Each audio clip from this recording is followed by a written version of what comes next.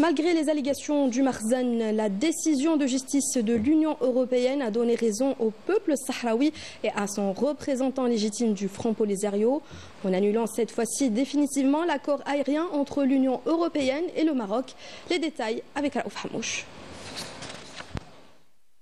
Le 3 décembre 2024, lors de la réunion du Forum consultatif sur la politique extérieure de l'Union européenne en matière d'aviation, la Commission a informé les transporteurs de l'Union européenne que conformément à la jurisprudence de la Cour de justice de l'Union européenne, l'accord aérien euro-méditerranéen entre l'Union européenne et le Maroc ne s'applique pas aux liaisons aériennes au départ du territoire d'un État membre de l'Union européenne vers le territoire du Sahara occidental, un tournant décisif pour la cause sahraoui, puisqu'en 2024, la Cour de justice de l'Union européenne a invalidé 2 accords commerciaux illégaux entre l'Union européenne et le Maroc, réaffirmant le statut distinct et séparé du Sahara occidental.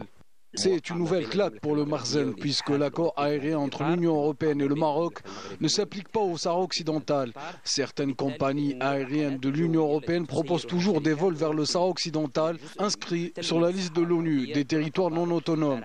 Il faut savoir que ces compagnies opèrent en dehors de tout cadre juridique. Une décision qui renforce le rôle du Front Polisario en tant que représentant légitime du peuple sahraoui et établit un cadre juridique clair pour l'Union européenne, sapant ainsi les fondements économiques de l'occupation marocaine depuis maintenant des années. Depuis qu'elle a traité la question du Sahara occidental, la CJUE a rendu une série de décisions, dont la plus notable est la décision historique de décembre 2016.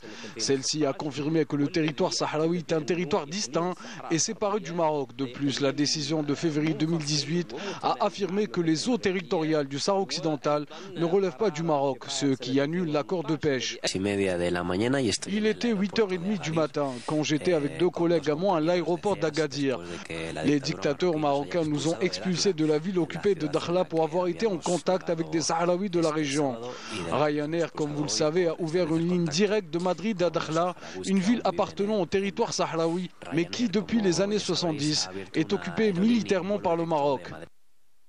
La réponse du commissaire européen risque de soulever l'ire du Makhzen qui exerce ces derniers mois de pressions énormes sur le gouvernement espagnol.